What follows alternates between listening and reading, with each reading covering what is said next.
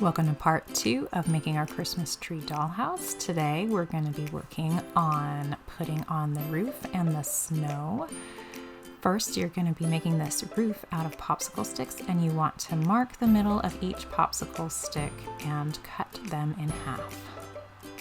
You'll want to go ahead and paint those popsicle sticks whatever color you're going to want your roof. Then you're going to go through and mark the sides of your roof into thirds. That will help us line up our shingles that we just made. I propped my piece up, and here I am placing the roof shingles on my shelf. 5 shingles worked pretty well. I did have them hang over a tiny bit over each edge.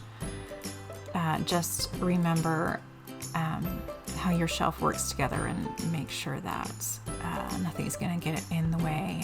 If anything's hanging over the edges, make sure that nothing gets in the way of putting it back together. I wanted to alternate my shingles, so I cut one in half lengthwise on the edge there. So it's still 5 popsicles wide, but there's 4 whole popsicles and 2 half popsicles, as you can see.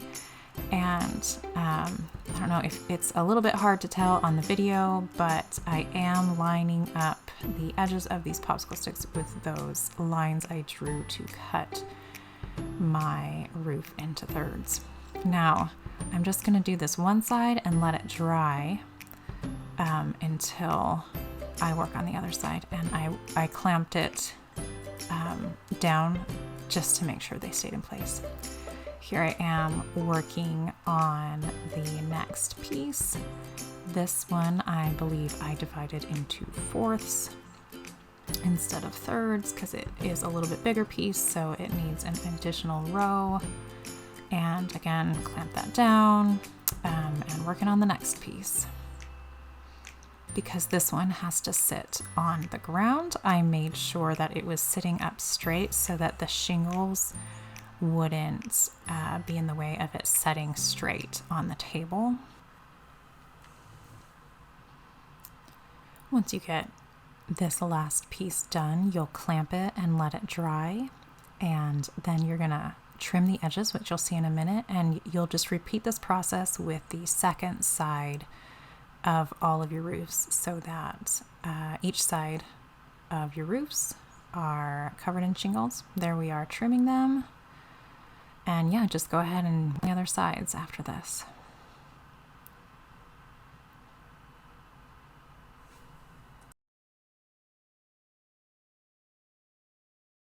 All right, now we're going to get going on the snow, which is a mixture of Mod Podge, baking soda, and a little bit of white paint just to keep it nice and white and bright. You're really looking more for a texture here than a specific ratio, so I always kind of eyeball it. You'll see, I'll show you the texture that we're going for in a minute. You want it to be you want it to hold its shape once you paint it on, but not so thick that it won't paint well. So I'll show you in just a sec. There it is. See how it's kind of drippy there? Once you've got your texture right, you can go ahead and paint it on. I'm kind of going for that effect where, you know, there's a big snowstorm a couple days ago, and then the snow's kind of melting away, so there's just patches of snow on the roof. And I'm using a paintbrush that I don't care about. It's just a cheap paintbrush. That's important. Your paintbrush is going to get pretty beat up in this process. And don't be afraid to use your fingers, because I feel like, especially in these little corners, fingers really work better than paintbrushes, just to get that texture that you want. Try to just think of all of the nooks and crannies that would have caught some snow as it was coming down.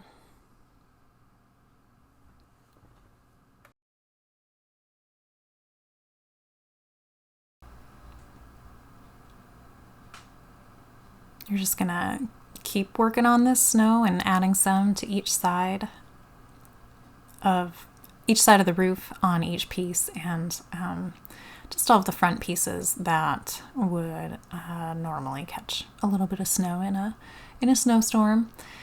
After this, we're gonna put a little bit of glitter on this snow, but you're gonna wanna make sure that it's all the way dry. So again, I went ahead and set this aside for the night and let it dry. This really is a project that's kind of all about doing a little bit and then setting it aside to dry. It would be hard to do all in one setting. It did work really well for me. I was able to work on it in the evenings, just for a little bit, and then put it aside each day.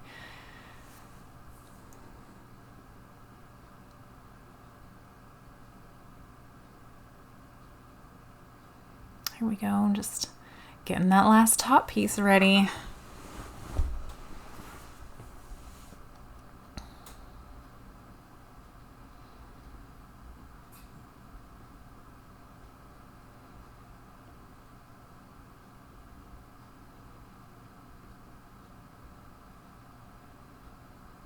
Remember, as this stuff dries, it will keep its texture. So if there are any brush strokes or, I don't know, kind of big globs, you want to pay attention to make sure that they look like they're supposed to. It's not going to flatten out. It's going to stay a little bit three-dimensional.